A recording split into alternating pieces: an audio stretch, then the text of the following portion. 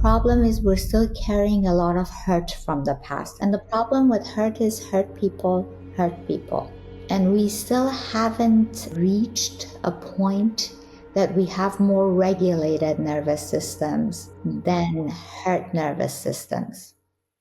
Well, hello, Dr. Jalali. Thank you so much for being here and for sharing your wisdom with me and whoever is listening. Can you please tell us a little bit about yourself, your work, and what you're up to these days? Hello to you and your listeners, and thank you for having me. It's a pleasure to be here. I am a clinical psychologist as well as an executive coach in private practice. I run 2 different private practices in Newport Beach area in California. And I would say what I am mainly focused on at the moment is I have a book coming out September 9 by the name of The Fire That Makes Us. And it's a very interesting project for me and very close to my heart as it has a lot of personal value for me. So to tell you the truth, I am mainly preoccupied with just getting everything in order. And at the moment, I've even stopped taking in new patients myself. The other doctors at the practice are still seeing patients, but I'm very much focused on just taking care of everything that needs to be taken care of for our launch date on September 9th. Wonderful. And can you maybe tell us a little bit about the book and the themes in it and what you're hoping people learn from it? Absolutely. So the book is called The Fire That Makes Us, and that title goes back to mainly the traumatic events that we go through throughout our lives, and how they silently shape us, sometimes without even knowing. I guess it's basically based on my own life story to some extent, as well as the amalgamation of the trauma I've seen in the patients over the years in my clinical practice. I started it as a personal project just to process some of my own emotions. And at one point I decided to publish it because I felt like it could be a beneficial blueprint for anyone who's going through something tough. A lot of the self-help books out there basically give you a lot of direction on what to do or, where to go from here. And I feel like for someone who is stuck, for someone who's struggling, a lot of times we know all of this. The problem is we don't know how to do it. So I've taken a little bit of a different approach in writing this book. It actually starts with a storyline about a functioning adult who feels like they're doing fairly well in life, so does everybody else, come to find out how much their life is dictated by their lived story and the way that has been internalized. And the book is 20 chapters. At the end of each chapter, I kind of stop the storyline and I explain the psychological component of what the character is dealing with. And I say a little bit about how to potentially wrap your head around it or how to overcome it. I don't want to use the word overcome because I don't think we necessarily overcome our emotional challenges in life. We learn how to integrate them into our psyche and how to approach them from a different direction, right? I've also designed a quiz that goes with it that kind of gives you your archetypal component in regards to the chapters so that you can focus more on those chapters and get what you need. Lovely. Okay. And I want to ask you about your background in Jungian psychology, since sort of to the tail end of what you mentioned, but maybe first, can you tell us about how your personal experience influences your work and maybe how it comes out in the book? And one comment I think I feel compelled to mention about that, as many people who listen to this podcast are aware of, I can't not include my personal experience in my clinical work. And I think historically speaking, clinicians have been very sort of rigid on sharing anything personal, and I understand why. And there's obviously a time and a place for all of that. It does seem there is a move to maybe a little bit more of that way of guiding people, sharing a little bit when it's appropriate. I guess I'm just thinking out loud, but there is such power in that sometimes. And I guess I'm curious how you navigate or thread that line in your in your work? That's a great question. First of all, let me say that I absolutely agree with you. I know there are a lot of rules and regulations in our field of work, mostly to protect the clients and obviously Yeah, yeah, ourselves, because once you open the door to these things, they're very hard to navigate, right? So sometimes it's just easier yeah, to put a rule and say, don't do this, so that yeah, no one runs into any trouble. However, having said that, and when I train interns, I always tell them that in every other profession in this world, you go learn a craft. Even when you're a physician, you learn how to diagnose and then you treat the client, right? So you kind of bank on your knowledge. I want to venture a guess and say this is probably the only profession in the world that not only your knowledge kind of dominates the session, but who you are as a human. Now, I know that happens in every job, but in particular here, if you haven't done your own inner work properly, I don't think you can do a good job with patients, because you can only take the patients to the extent that you have been challenged by something and overcome it yourself, right?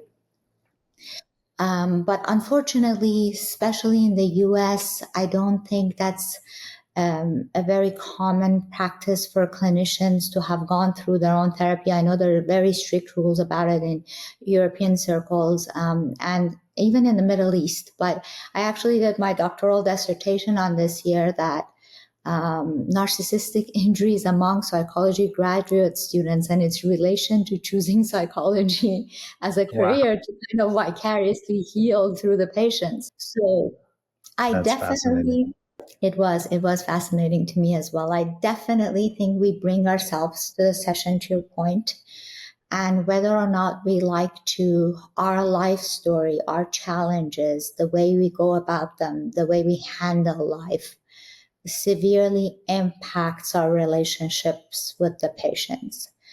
And I am definitely no exception of that. I've done my best to, kind of like the message of the book, when you can't help something, your best bet is to use it to your advantage, right? So that's the message that I'm trying to portray in the book, that trauma, even trauma, doesn't necessarily have to be the worst thing that ever happened to you, because kind of like fire that burns, it can also forge you into something else, something that you needed to be, a way of flourishing into your better self, essentially, right? And the same can happen in therapy. Therapy is definitely a relationship based on alchemy. So you and the client come together, and a third is born as a result of that. And that third is the potential that that patient holds. And I know this sounds a little bit complicated for those of you out there listening. I am Sure. maybe Yeah. using a little bit too much therapeutic language. I apologize for that. No, but that is a beautiful description of the aim.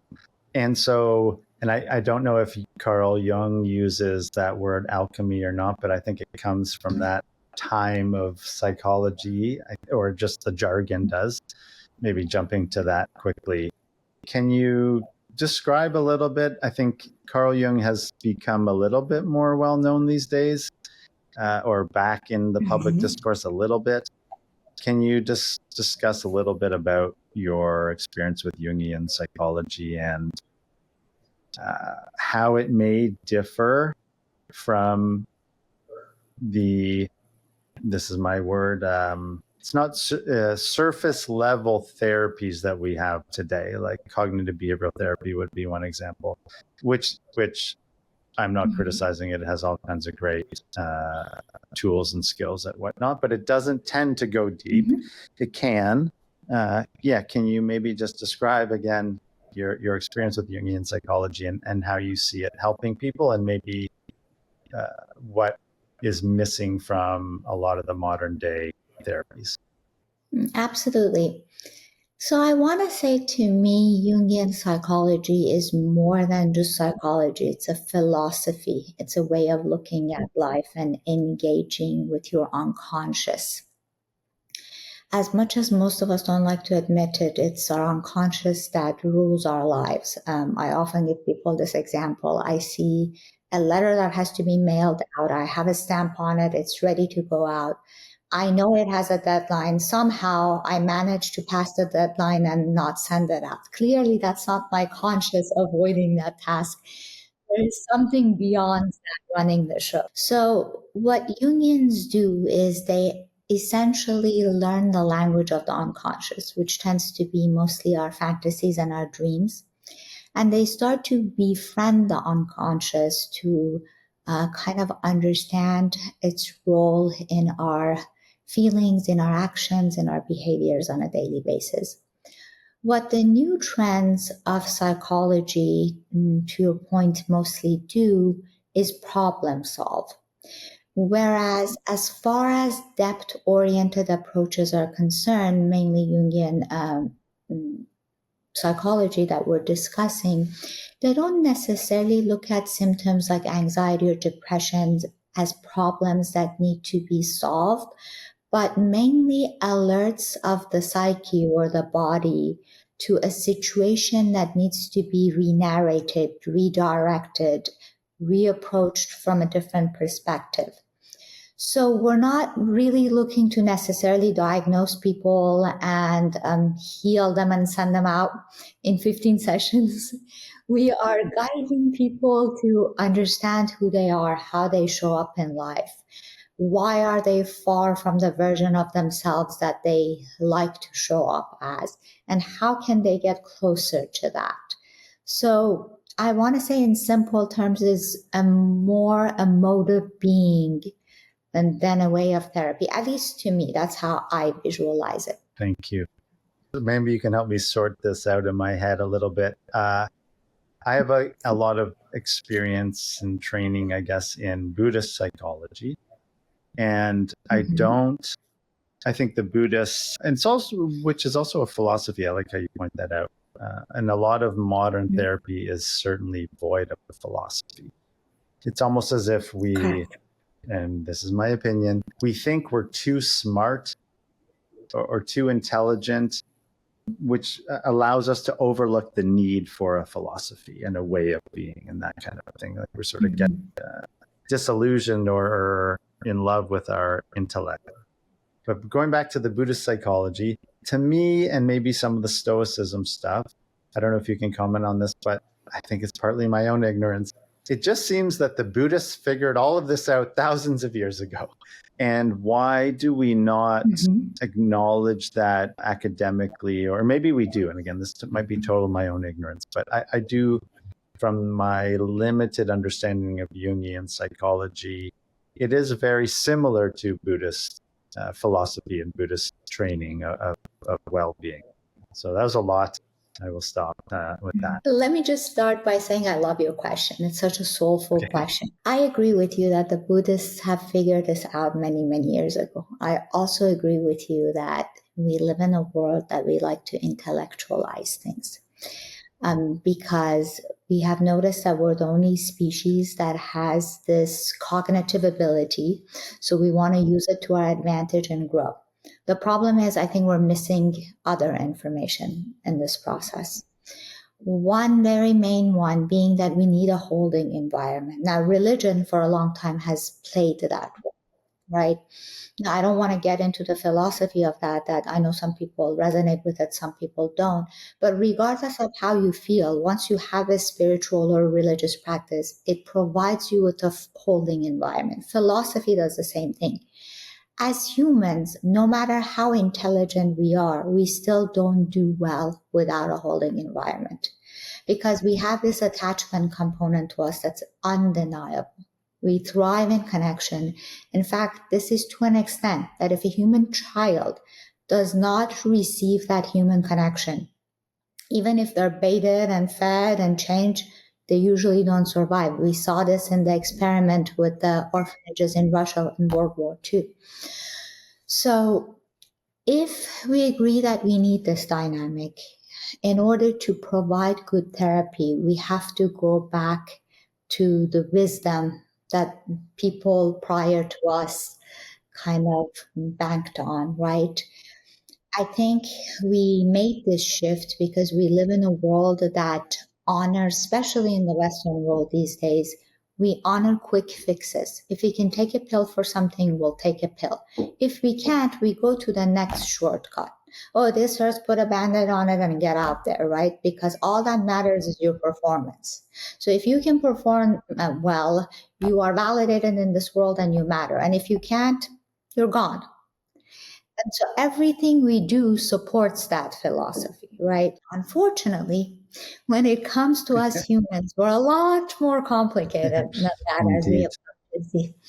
So whether or not we like it, I think these are all great tools, but we have to have the wisdom to fall back on everything that people prior to us have practiced for thousands of years. Why? Because it worked, and it still continues to work. Do you have,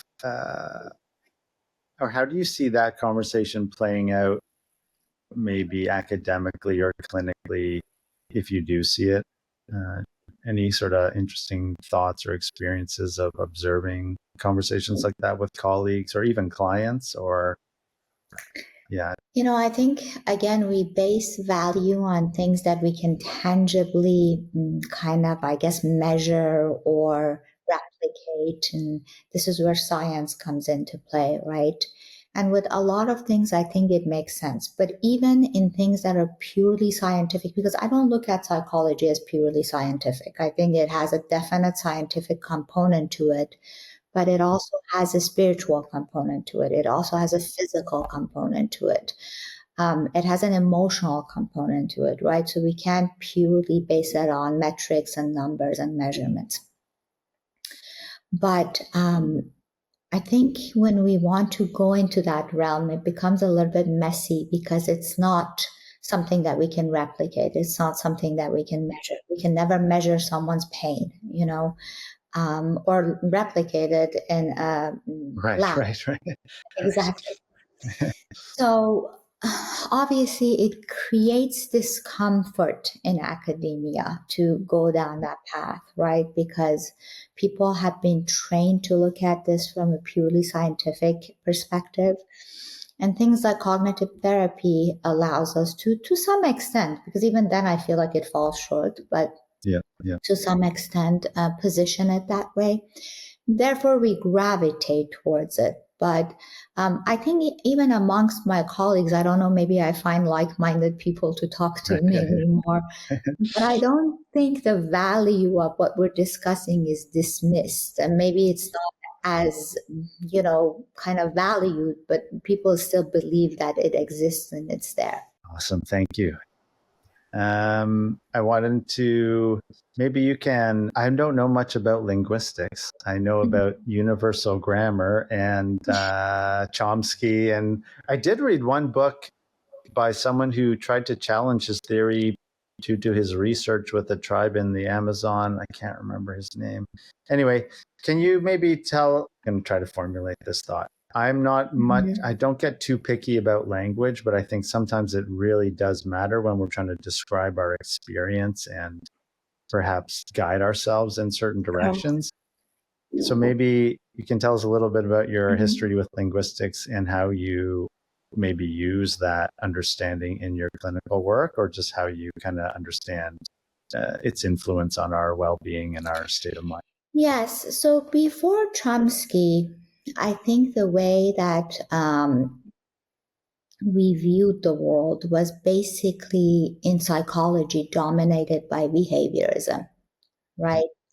So Chomsky in 1959, if I'm not mistaken, kind of argued against Skinner's verbal behavior and kind of mentioned that it couldn't explain the complexity and the creativity of human language use. And I think that's where things started to change or shift to some extent. We started to look at this a little bit differently, how language is formed, how language impacts culture, how culture and language impact who we become as a human. It's a very interesting and complicated, kind of phenomena and dynamic, but I think you're asking this because I have a previous degree in linguistics and Yes. I kind of, finished a PhD in it. But I went through a midlife crisis and decided psychology was what I wanted Okay. to do. But yes, I think it has significantly impacted and shaped me as a clinical psychologist at back. And maybe that's a way to transition into your work with trauma. I guess it can be both verbal and the word often used today is somatic. To me, that is just another way to describe the Buddhist body scan sort of body awareness and awareness idea. But maybe can you tell us a little bit? And I guess that's kind of one of the themes of your book too, just how you work with trauma, how you, I guess, anything you want to share about any of that. And we'll go from there. Yeah. Simply put, when we go through anything we don't like let's say you have an argument with your boss today, right? At one point you leave the room. Your presence, your physical presence is still there. But you decide at one point, this is too much. This is beyond the window of my tolerance. I don't like this person. I don't like what I'm hearing. So a part of you remains, but the majority of you escapes, right? Now, I'm going to connect everything we're talking about. What this is dissociation, as we call in psychology. But in simple terms, it's disconnection. What it is, it's us escaping to the past or the future and not being fully present. What Buddhists talk about is being fully present.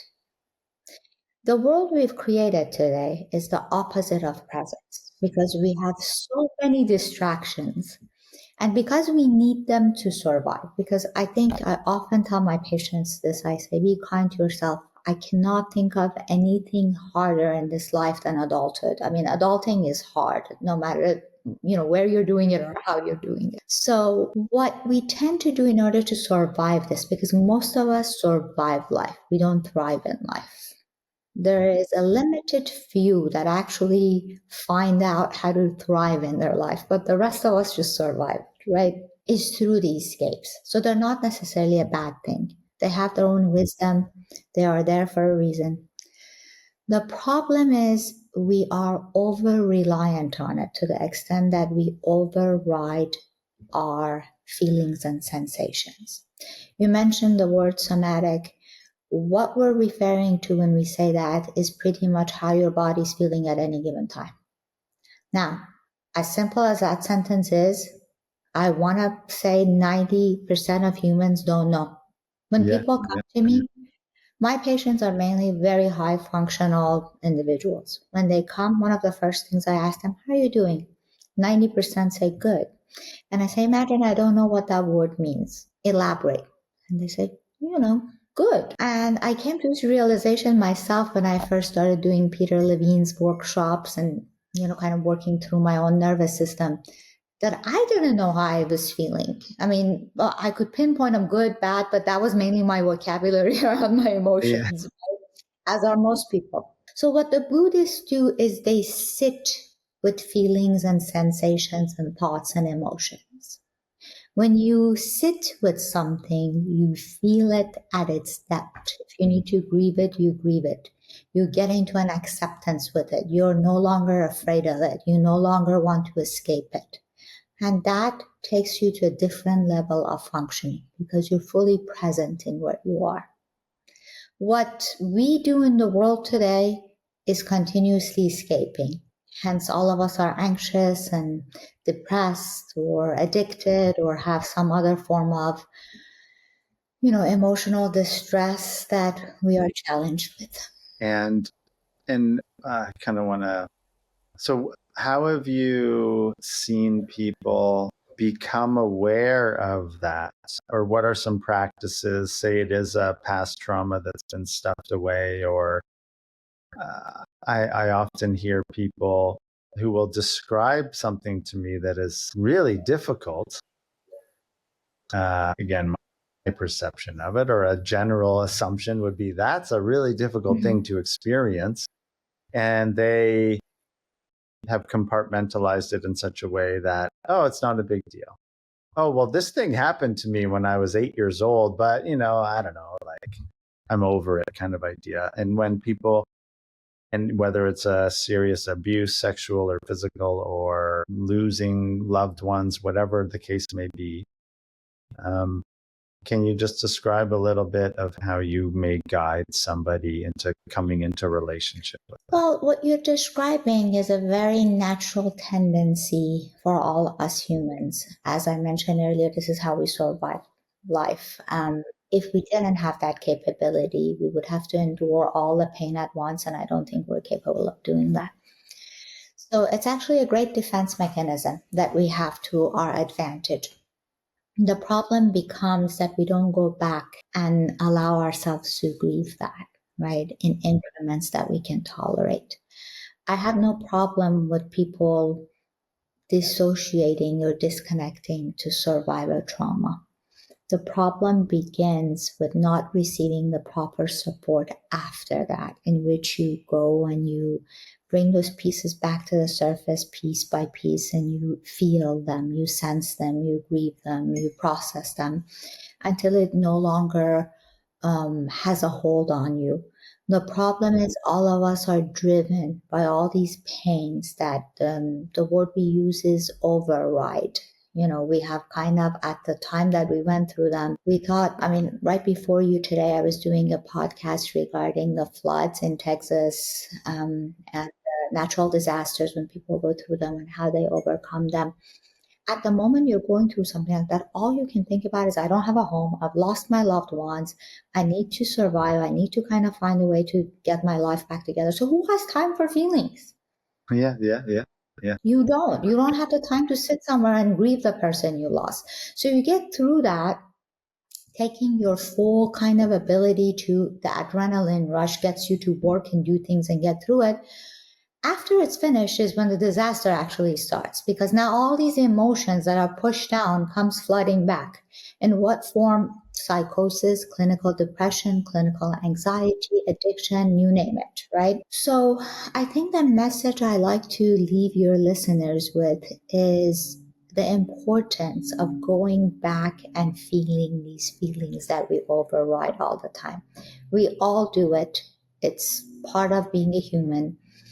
The only difference between people who have more of a mindful practice and people who don't is that they go back, they bring it back to the surface, and they feel it with support, because sometimes it's not easy to do this by yourself. For sure. Yeah. This is kind of a side question. I often have the thought of, I guess this type of work, I guess it's been going on for a long time, although maybe you can just share your thoughts on this idea that in some sense, of course, it's still going on today, but humans have been killing each other and starving and trying to survive for thousands, hundreds of thousands of years, if not. And it can be argued that sort of slowed down after World War II. And that's where food production became quite we reduced starvation a ton across the world. We've, reduced poverty, all kinds of things that are great achievements in human history. And it's almost as if now, kind of like what you were just saying, now we're finally at a point where we can address all of the things that we've been stuffing for so long, or I don't, the thought isn't all that clear, but there's something to that, right? And men's job was to go and fight and die in war, and women's job was to take care of families and do all these things for up until maybe 100 years ago, whatever, kind of. Yeah. And so I think sometimes people get stuck in thinking it should be easier, or they should know how to do this, or there's something wrong for not, I don't know. It's a lot of thought that aren't crystal, but I'm just wondering if you can make sense of any of that. No, absolutely. You're very right about that. You would think we should have figured it out now that we're here. The problem is we still see a lot of powerful forces trying to dominate and spread more hurt, even though we're at a place that we should potentially be able to live to some extent in peace with one another, given the resources that we have on earth today, right? I think the problem is we're still carrying a lot of hurt from the past, as you were describing. And the problem with hurt is hurt people hurt people. And we still haven't reached a point that we have more regulated nervous systems than hurt nervous systems. I came across some piece of news that, without giving too much detail, it was over religious dynamics that a grown man picked up a small child at the airport and started beating them and threw them across the airport. And I was trying to comprehend that as a human, as a woman, as a member of society, even as a psychologist. And to tell you the truth, every part of me fell short because I couldn't fathom the idea of a big man hurting a small child that they didn't even know over religious differences, right? But what comes to my mind, and the only way I can justify this, is this person is so hurt due to, if you ask me, lack of education. Because whenever there's that much hatred about a particular sect or group of people, I can't justify that in any other way than you have a very skewed perspective that you're the enemy, I am good, you're bad, and I need to hurt you. And I think that's where we're still stuck in life, unfortunately. A bunch of very rigid, highly hypervigilance nervous systems that just want to resolve things through war and hatred and fights and aggression. But the only way, and I'm not advocating that obviously we can have pure peace in the world. I mean, we talk about this, people often talk about, well, it's the jungle, the lion eats the rabbit, or however, I don't want to deny that. Obviously, there are multiple aspects to humans, but we can definitely be doing better than what we're doing. Sure. I'm glad you acknowledge that too, because I think there's one of my meditation teachers, I guess, helped me understand that idea of there's nothing spiritual or enlightened about pretending you're not angry or pretending you're not filled with rage and murderous sort of energy or whatever. Like, that is part of who we are, and we need to acknowledge that and work with it in ways that it doesn't become destructive. But it is for sure a big part of who we are, and we must stop pretending that it's not. And then, how do the Jungian archetypes describe this, the stuff we're just talking about, I guess, sort of our animalistic energies and murderous capacities, and then also our perhaps more enlightened or evolved capacities? Yes, so the Jungians are very big on archetypes. And the concept is a little bit hard to understand or follow because it's a little bit abstract versus tangible. But the way I like to explain it is everything that we do or that we are is an archetype before it comes into reality. What do I mean by that? For example, mothering. The idea of nurturing someone, taking care of them, teaching them, giving them love and support is an archetypal component. So I don't have to be a mother or have a mother for that matter to know mothering archetype. It's embedded in humanity to some extent, right? Now, the more we come across the positive or negative aspect of an archetype, and every archetype has two sides, it has a shadow and it has the other side, we clearly grow in that archetypal component more, clearly internalize it more, and become more versatile in it. The more we have an archetypal component in our shadow and we're in denial of it and we kind of don't integrate it into our psyche, the more power it has on us and the more it dominates us. So essentially, all these things that we see in the world, and this is where all of us humans, I always tell people, are plus or minus 1 to 3 standard deviations the same. So when you see someone and you're like, I hate this person, I would never understand why they did this, you are just as much capable of doing what they're doing under different circumstances, different time. We are not that much different from one another, unfortunately or fortunately. Yeah, yeah. In some cases, fortunately, in some cases, unfortunately, I suppose. Yes. But the way we become who we are is which one of these parts we nurture, we incorporate, to what extent we have knowledge over them, to what extent we learn how to tame them. You were speaking of anger right now. I don't care how advanced you are in Buddhist, kind of practices. You're never going to get to a point that you don't get angry. I mean, if someone says, Yes, I don't get yes, angry, yes. they're in denial of their anger, Yeah, right? yeah, yeah, So yeah. it's not about getting rid of that archetype. It's learning how to navigate it when it shows up. Yeah, lovely.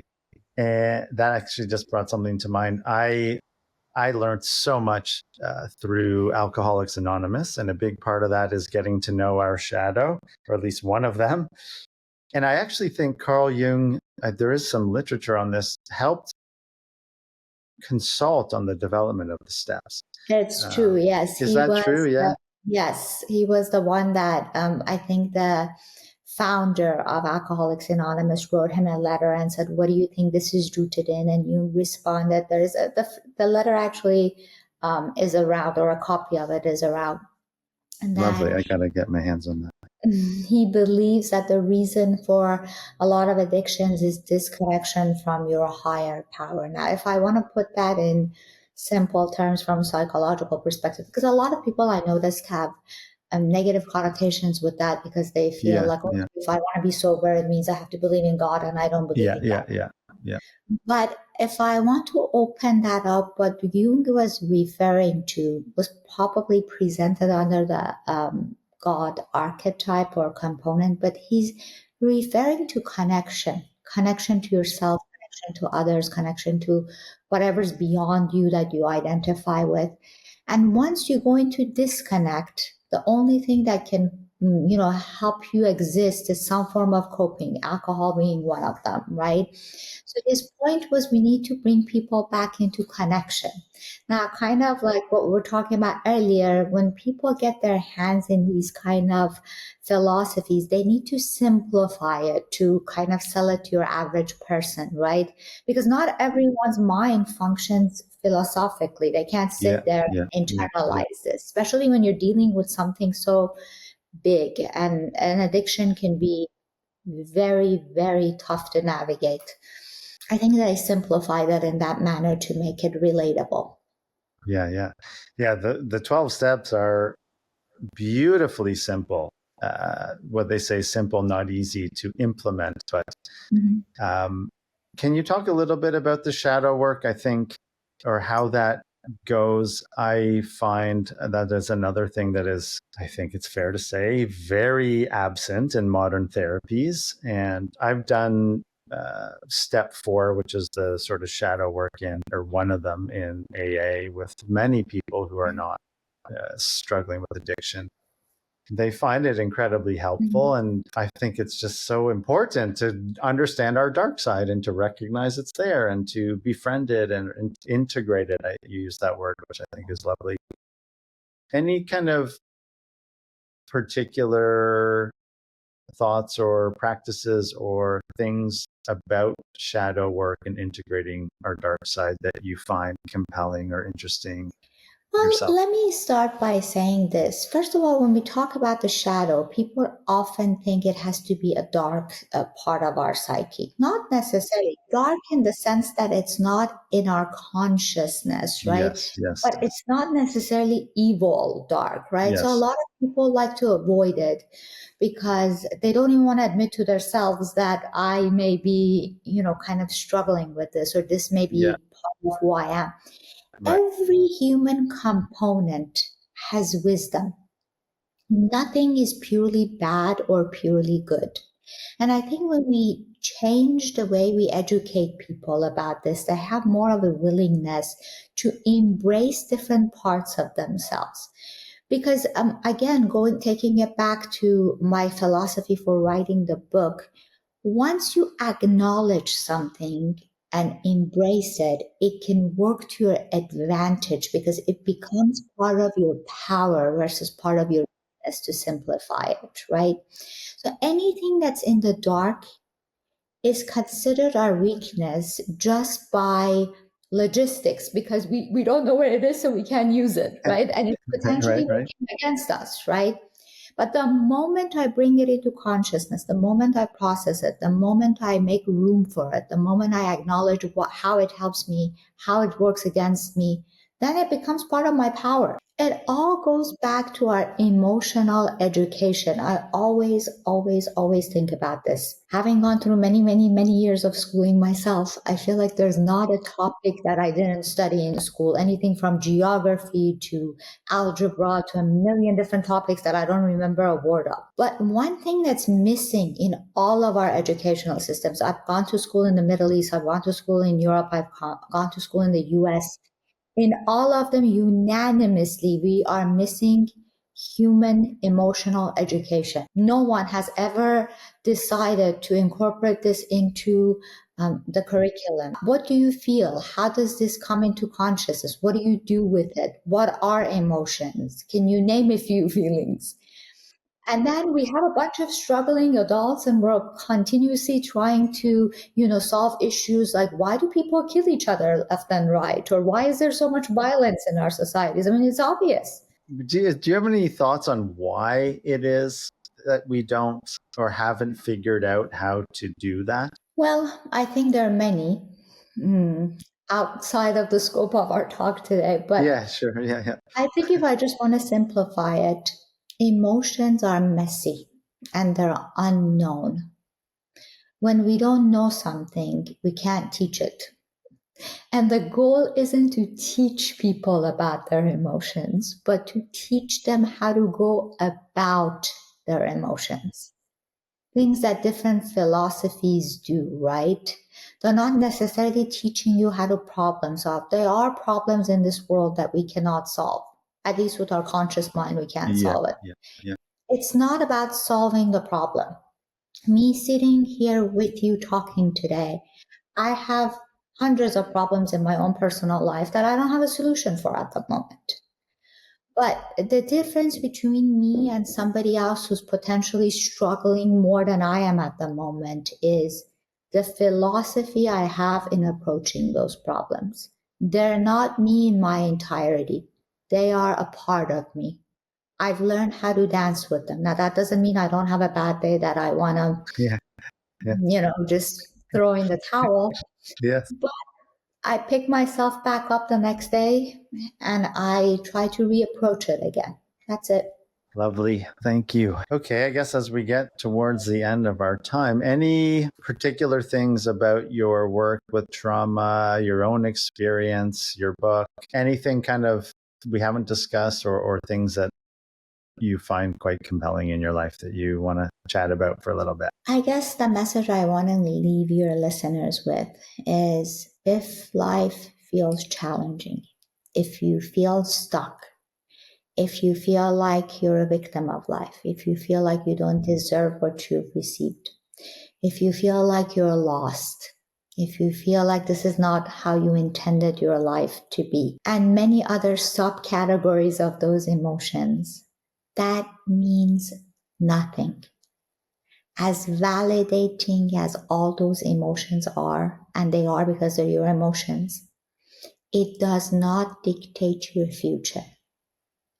You need a blueprint to re-narrate your relationship to your life. And you can get this in many ways through many different philosophies. I always tell people, if you're ready to receive a message, it can come to you in forms that you don't even anticipate. There are many people out there who do this and who do this well. They don't even have to be psychologists. But I have attempted in my own way to answer this question and to guide people through it. I have some courses, some emotion regulation courses that will be coming out soon as well, alongside the book. Again, they're all navigating people in kind of figuring out their archetypal components and figuring out how they're stuck and how to navigate that. But do not just accept no. If something doesn't work for you, go to something else. Seek. Do not stop seeking. There is an answer for you out there. And once you find that, you realize that your life story, your life path, your inner emotional experience changes. And that's very space open. Yeah, it's beautiful. Beautiful. It just so happens to be on my desk because I was looking at it with someone the other day. You talk about like a blueprint, right? Or a manual, a life manual. You hear this in AA all the time, right? We were born without a manual on how to live. And I have the AA book here. I was going through it with somebody. This is a manual. At least this was the first manual that I received. It was like, here is how you can get somewhere or whatever. But it does, yeah. I mean, I guess, and that's partly you sort of described this earlier. That's what philosophy or religion or spiritual life used to do in a large part. And yeah, now we're sort of void of that. But yeah, there is a solution, right? There is a pathway. There is things that you can do. And you put it very eloquently. So thank you very much. And thank you for your time and your wisdom and Thank you. all those other things. All your information will be in the show notes if people want to check you out. But any particular, maybe it's a website or it's your clinic or whatever, anything you want to point people towards. And you said the book comes out in September, right? Correct. So people can find us on our social media links, Align Remedy, as well as I think there are a couple under my name, Shahrzad Jalali Saidi or Dr. Jalali Saidi. There's a YouTube channel, there's an Instagram channel, TikTok. And I do my best to put a lot of information out there regarding mental health and therapy. Hopefully it is helpful to your listeners, and I'm always open to feedback. So please feel free to send it our way. Thank you so much. Yeah, and all that info will be in the description.